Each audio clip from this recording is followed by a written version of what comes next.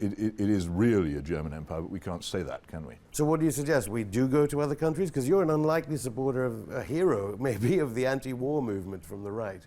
Do you not see that invading other countries is a good thing? I think something that all intellectual geniuses in the modern era should contemplate is due to our very profound nature. We will have a tendency to formulate ideas for the development of mankind.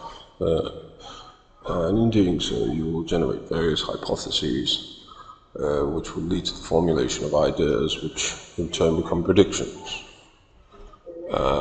Now, I think something very inherent to the concept of prediction societal developments in the modern era is that you must open yourself to a certain amount of ridicule.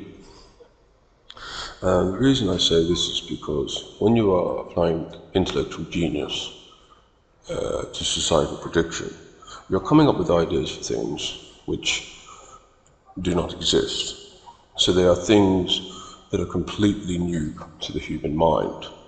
Now, a natural reaction when something is completely new to the human mind is to react with shock or surprise. And when an intellectual genius comes up with an idea which is unproven, which creates shock or surprise, the natural reaction amongst most people would be to laugh at the individual coming up with the idea, to ridicule them. It's a coping mechanism that people tend to have when they are non-thinking, because they can't comprehend the complexity of the ideas that you're presenting to them, because they haven't spent the time pondering the issue as you may have.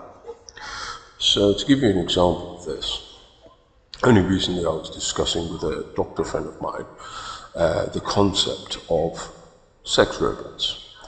Now, he, looking at technologies exists, we have basic technology, couldn't comprehend what I was saying to him.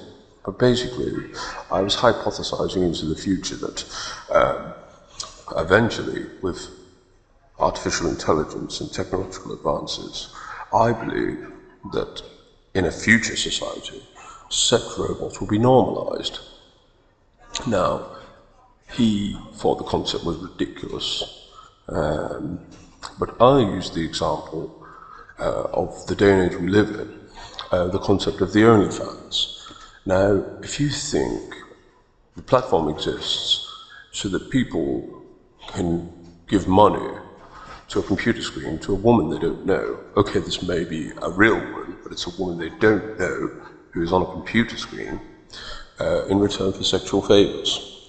Now, if you consider that this is already occurring, then we're not as far away as you might believe from the concept of sex robots.